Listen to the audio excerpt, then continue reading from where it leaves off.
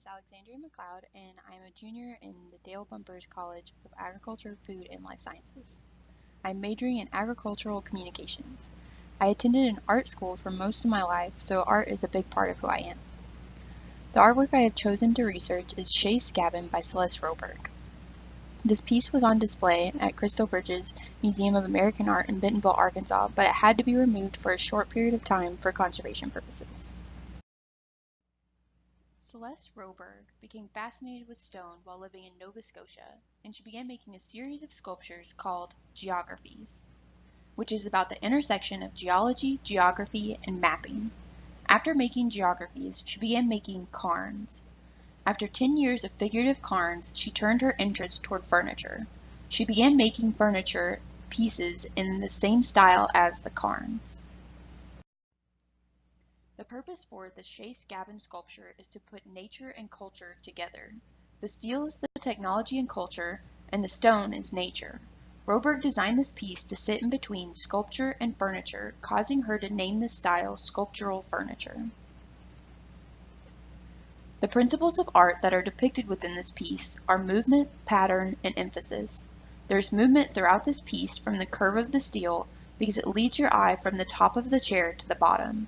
Movement is also found when looking at the stones because of the curved edges, and the coloration makes it look like there is movement within the steel frame.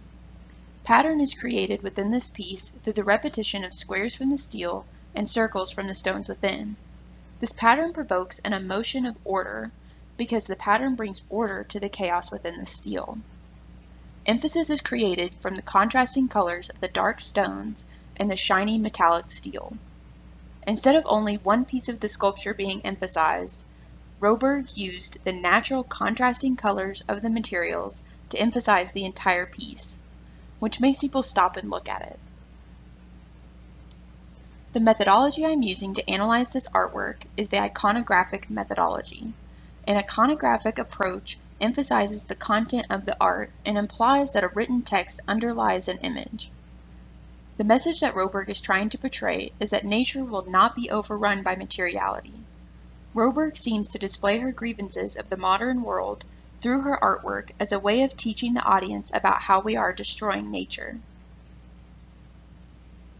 Roberge is clearly a postmodern, naturalistic sculptor. When she sculpts something, she does not idealize it. She sculpts it into its natural form so the audience recognizes that form. She does seem to be influenced by many movements though, including postmodernism and abstract expressionism. Roberge is clearly influenced by postmodern artists because you can see it within her work. For example, Eva Hesse's minimalistic take on art had the ability to make a large statement using very minimal supplies. This is a technique that Roberge has also mastered. Eva Hesse's piece, Metronomic Irregularity, expresses a very large message about her fear of separation and abandonment. Hesse's piece is very similar to some of Roberge's pieces in that it takes a small amount of tools to create something so profound and beautiful. The American abstract expressionism movement has also influenced Roberge due to its use of objects in order to convey a message. For example, Louise Nevelson's piece called Black Wall relates to the artistic style of Roberge's series of pieces called Stacks, in which she puts pieces of antique furniture into stacked walls of rock to make a statement about nature taking back materialistic objects. This movement is about taking everyday objects and placing meaning onto them in a way that makes people think.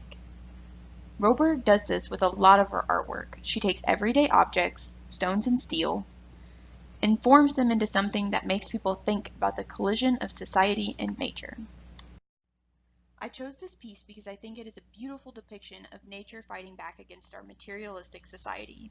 There's a lot of thought within this piece, which is fascinating to me because it made me stop and think. At first, you really don't expect to see a chair made of steel and stones, so you're taken back for a moment, because you can't decide whether to sit on it or treat it like a sculpture and not touch it. That is one of the things I love about Roberge, is that she wants the audience to interact with her sculptures, understand them, feel them, and appreciate them.